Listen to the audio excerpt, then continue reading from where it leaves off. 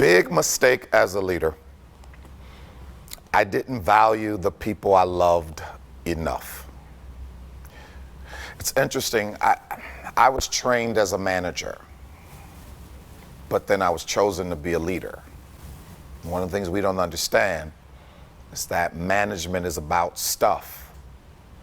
Leadership is about people, which means that you have to not only value people, you have to value relationships.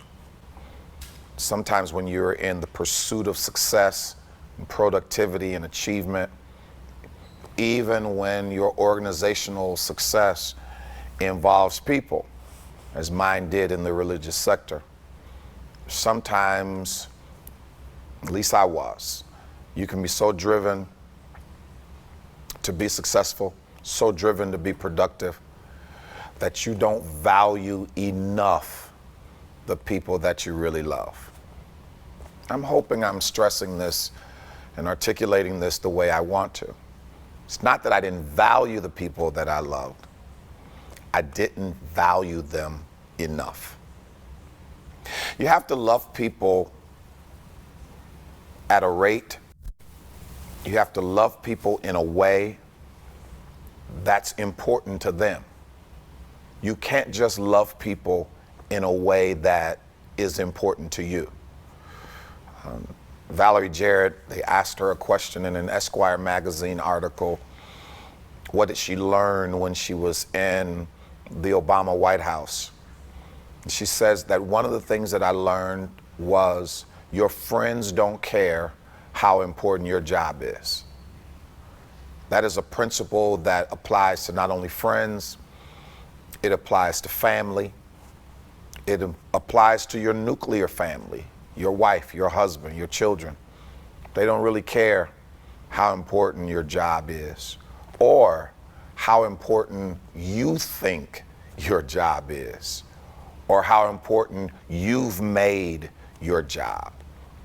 When we don't value relationships appropriately, then you can end up trading precious stones for costume jewelry. You can end up exchanging flowers for weeds. And that's what can happen to many leaders because relationships become transactional. Relationships become disposable. And if I can say something about the religious sector, and especially from the experience that I had in the churches that I served and in the denominational and religious structures in which I'm from, that one of the ways that we all get so messed up is that in many cases, the pathway of ministry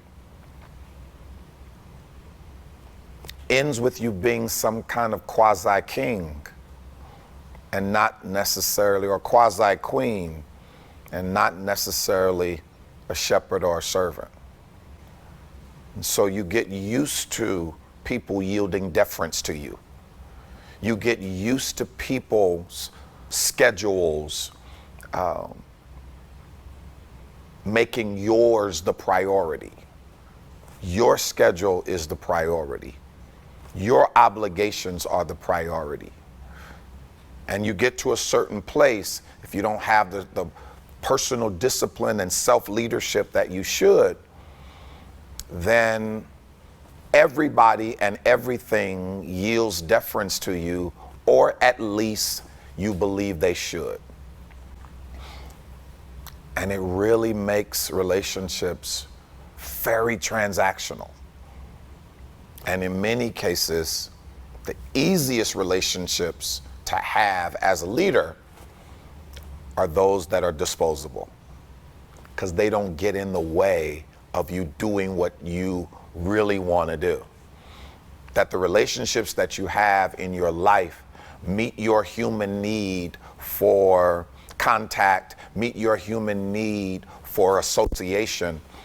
But as long as you don't have to sacrifice for them, as long as you don't have to interrupt your agenda and interrupt your pursuit, then they work. I ask this question all the time. Are you fine china or are you a paper plate? That's a real relationship question. A paper plate is used and then discarded. China has to be cared for. It has to be stored. When you are a leader just focused on achievement, just focused on productivity, just focused on validation, then you don't focus on relationships in the way that you should. Here's something that I beg of you to do. I beg of you to do this. Decide as early as you can who you don't want to lose, and then govern your life accordingly. As early as you can, make a determination of the people that you do not want to lose, and then govern your life accordingly. I've lost some people I didn't want to lose. Not only have I lost people I didn't want to lose, for my own well-being, I've lost people I didn't need to lose. I'm not as good of a person. I'm not as good of a leader as I would have been. Decide as early as possible the people you don't want to lose, and then govern yourselves accordingly. Here's the other thing that will help you in this area. Don't be an isolated leader. Short-term isolation is helpful. Habitual isolation is dangerous. You begin to live in your own echo chamber. You begin to only hear your own voice. You begin to only see your own perspective. You begin to listen only to your critique. Don't be isolated. Relationships, family, friends, co-workers, you name it, keep us interacting with other people so that they can add to our perspective, so that we can become more well-rounded, and so that we can expand our point of view. Because whatever view you have, it's just a point of view. So I ended up a divorced leader when I shouldn't have been. I'm a great father. I have 2 tremendous adult children. We have phenomenal relationships. Outside of that slice of time that I've given you, years later, I ended up marrying again. I have 2 great bonus sons.